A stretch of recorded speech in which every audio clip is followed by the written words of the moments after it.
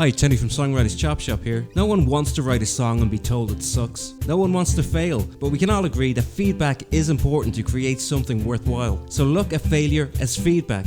Just part of the process of getting to where you want to be. If you never have these so-called setbacks, you'll never learn and never grow. See failure as a vital part of success and let it motivate you to keep going. Things often don't go the way we plan, but so what? Part of being a creative artist is having the ability to live with the ambiguity of how we want things to be and how they actually are. As Henry Ford said, the only real mistake is the one from which you learn nothing. Elvis Presley, Mozart, the Beatles, U2, Jay-Z, Katy Perry, the 1975 and Lady Gaga all had massive setbacks early in their career, but they didn't let it stop them. Next time you have a so-called setback, make sure to focus on what you can learn from it. And like Edison said, I've not failed, I've just found 10,000 ways that won't work.